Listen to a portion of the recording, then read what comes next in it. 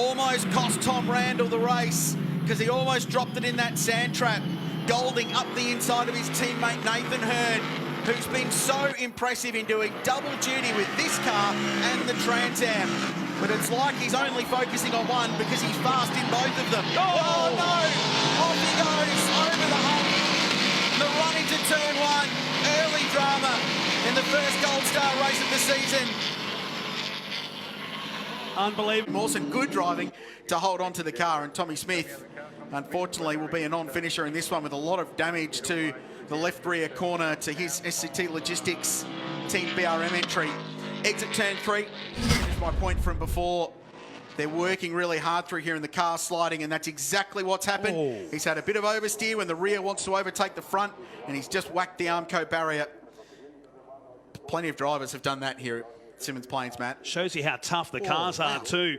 The Valvoline car trying to make the move on the Astron Tech entry of Joey Mawson. He'll have to settle just behind while we retrieve the SCT Logistics car of Tommy Smith. He's out of this race of the 27. He's tucked up right behind him now. This is one of his favourite spots down at turn number 4. But Mawson's a wake up to this. He gets into the back. They collide and they'll both go off the track here. You can see that coming from turn 6. Golding was as close as he could be, and in the end gets into the back of Mawson. So let's just see if we can unpick what happened. So this is after the checkered flag. Oh, brake's already taken the corner off, so the contact happened earlier. Macro around the outside, all the experience that he's got coming to the fore, and he's going to come out of this in second position. They run down to turn 2. Lewis Leeds is in there as well, and there's contact. Macro spins the double champ around, and Randall's horror day continues. He's pointing in the wrong direction, scrabbling for grip, trying to get out of the mud at 2. He's done it. Macro's still pointing the wrong. Famous names have won this, and we're getting set to crown another round winner in the VHT S5000 Championship. Long hold, good start Randall. Championship leader away nicely, but Nathan Hurd, oh, he's in the air! Launched into the air off the back of Randall's car. There'll be damage to the GRM car. His day's done, it's over. Big impact. Car went skywards. Randall through turn 1. Macro shuffled back down to 3rd place. Joey Mawson through to 2nd from 6th on the grid. Golding's lost positions as well.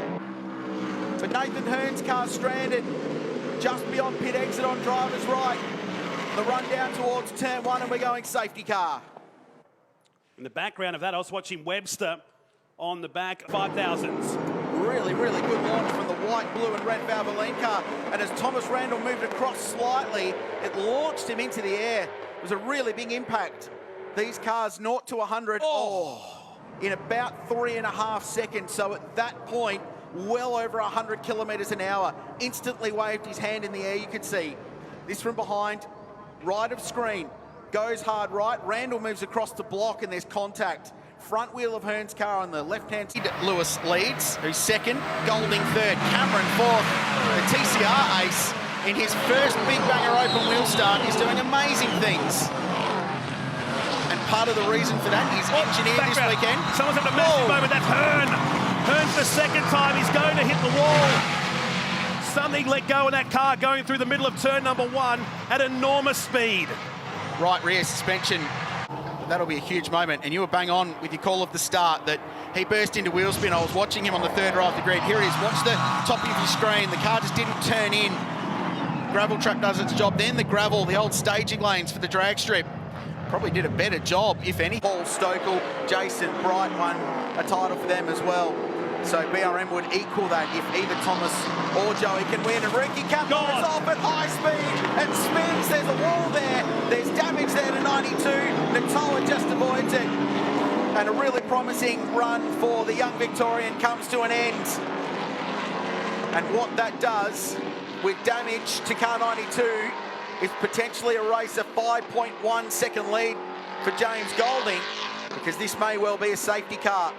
I think the damage to the rear corner of 92 will be too much for him to drive out of the way. I don't think Ricky's going anywhere. Talking back to the crew at the moment, we've seen several drivers.